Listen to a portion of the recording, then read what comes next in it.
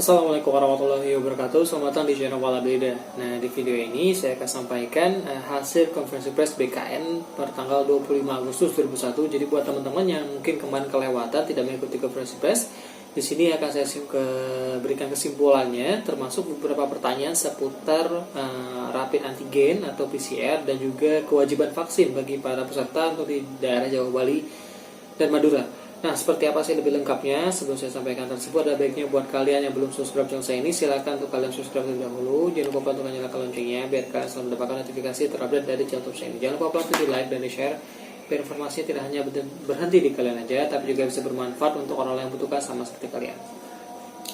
Oke teman-teman, ini adalah kesimpulan dari konferensi pers BKN pada tanggal 25 Agustus 2021, kemudian mulai pukul 13.30. Ada beberapa poin-poin penting yang harus teman-teman ketahui, seperti misalnya mengenai tentang persyaratan antigen, lalu juga persyaratan mengenai vaksin, termasuk juga bagaimana jika kalian termasuk orang-orang yang mungkin tidak bisa divaksin, bukannya nggak mau vaksin tapi memang tidak bisa vaksin.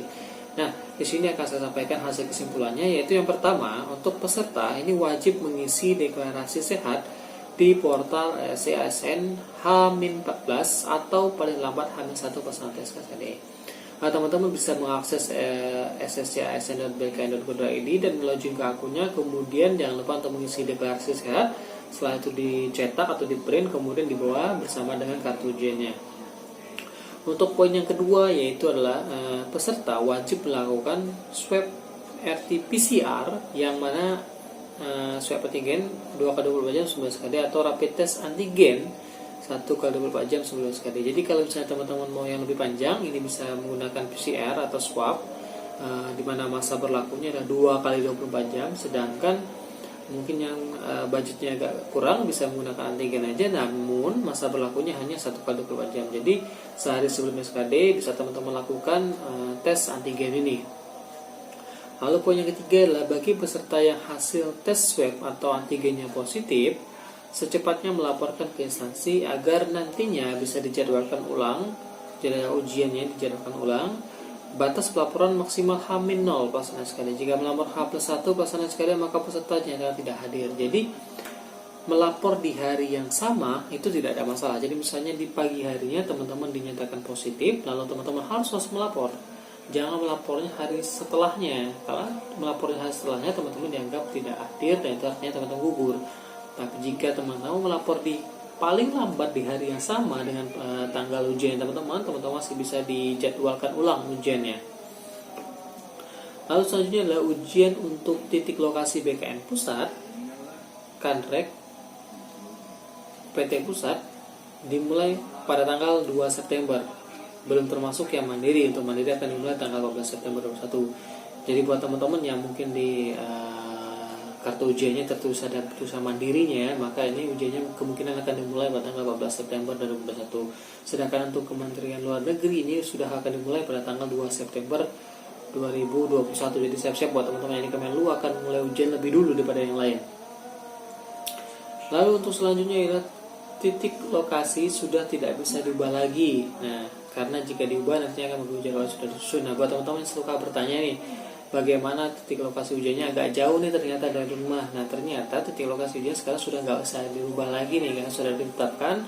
Karena kalau merubah satu orang akan merubah jadwal secara keseluruhan. Seperti itu sih penjelasannya. Dan ujian tanggal 2 September itu bukan berarti ujiannya serempak ya, hanya diisi oleh beberapa instansi seperti Kemenlu, dikarenakan tes SKB Kemenlu yang nantinya cukup panjang. Jadi ketika disampaikan tanggal 2 September itu sudah mulai ujian, bukan berarti semuanya akan dimulai tanggal 2 September, tidak, tapi nantinya akan terjadwal. Mungkin ada yang bahkan sampai tanggal bulan-bulan Oktober baru dia melaksanakan ujian. Jadi masih sangat mungkin buat teman-teman kebagian bulan Oktober lama-lama juga agak bosan ya nunggu-nunggu persiapan. Tapi gak apa-apa, tetap persiapan diri dengan baik ya, biar hasilnya tidak mengecewakan.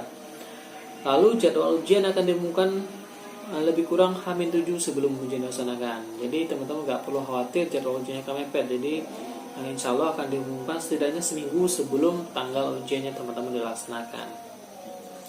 Dan juga ada beberapa pertanyaan dari wartawan yang pada saat konferensi pers kemarin, seperti misalnya apabila sudah menggunakan masker KN95 apakah masker harus double lagi? Ternyata jawabannya adalah tetap menggunakan double masker. Jadi masker apapun yang teman-teman lakukan pakai, nantinya tetap akan menggunakan double masker ya. Jadi masker yang triple A ya.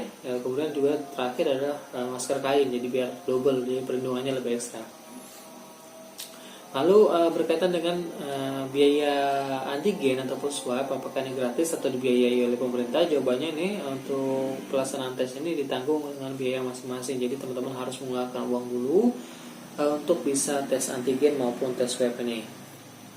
Lalu seandainya jika hasilnya positif, bagaimana cara melapornya? Nah, seperti yang saya bilang tadi, bahwa jika teman-teman di hari yang sama pun atau ternyata positif, silakan teman-teman lapor ke instansi. Caranya bisa melalui helpdesk masing-masing instansi ataupun nomor-nomor customer service yang sudah disediakan oleh instansi masing-masing. Intinya, kalau misalnya teman-teman ternyata dinyatakan positif setidaknya di hari yang sama dengan pelaksanaan tes ujian, maka teman-teman harus segera melapor biar nantinya teman-teman bisa dijadwalkan ulang.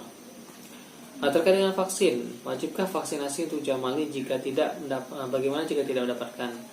Diwajibkan untuk dosis pertama. Instansi nantinya akan melapor jika terjadi kekurangan pasokan vaksin. Berhubung untuk SKD juga masih panjang, bahkan ada yang SKD di bulan Oktober, maka peserta disarankan untuk mencari tempat vaksin. Manfaatkan waktu sebulan yang diberikan untuk orang-orang yang tidak bisa divaksin seperti ibu hamil, penyintas COVID belum 3 bulan, wajib membawa surat keterangan dari dokter yang basisnya pemerintah, bukan swasta.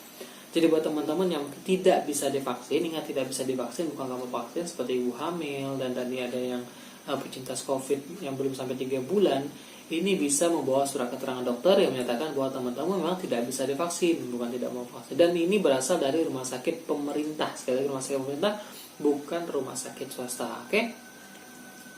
Yang selanjutnya adalah bagaimana dengan antisipasi calo, mengingat saat ini peserta semua pakai masker ya. Jadi pakai masker mungkin takutnya nggak kelihatan nih, jangan-jangan pakai calo atau enggak. Ternyata jawabannya adalah di dalam sistem seleksi kali ini, saat login akan ada face recognition, artinya pengecekan wajah menggunakan aplikasi, dan itu 2 kali. Pertama saat registrasi dan kedua saat akan melaksanakan ujian. Jadi ketika registrasi, maskernya dibuka sebentar, menggunakan aplikasi, cek ke wajahnya, kalau sesuai bisa lanjut ke tahap selanjutnya. Begitu juga sebelum pelaksanaan ujian dimulai. Jadi ada 2 kali proses pengecekan wajah. Jadi buka maskernya sebentar, kemudian tutup lagi, seperti itu ya.